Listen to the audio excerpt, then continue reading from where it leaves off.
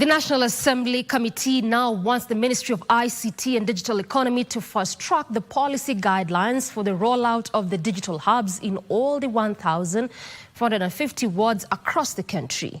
The committee, chaired by Eldama Ravine MP Musa Sirma, engaged the Ministry of ICT and Digital Economy in a bid to hasten the finalization of the draft guidelines that will be considered by the House next month. And this is the committee that will be doing a lot of, The National Assembly NG-CDF Committee has warned that the planned rollout of 1,450 digital hubs targeting each ward across the country risks being hampered by procedural gaps arising from delayed finalization of policy guidelines. What we want is we separate the two from implementing until handing over to ICT.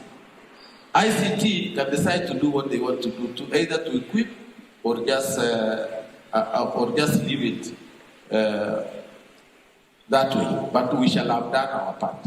The MPs, while engaging the Ministry of ICT and Digital Economy, noted that the guidelines, which are yet to be finalized, were crucial before the NG-CDF kitty could be pumped into the project spearheaded by President William Ruto. We are encouraging members to put up the hubs first. And the hubs are named. They are 1,450 based on what? Anything extra is welcome. But of course, 1,450 is the number. So why are we still getting lost? We don't want to get lost. This was a follow-up meeting after an earlier engagement with the ministry team and the NG-CDF board in July that noted key legal and logistical rollout gaps in the initial draft of the guidelines as suggested. We will give proposals for the hubs, put money in the hubs, and then select a PMC. Once it is finished now, the other parties can be invited.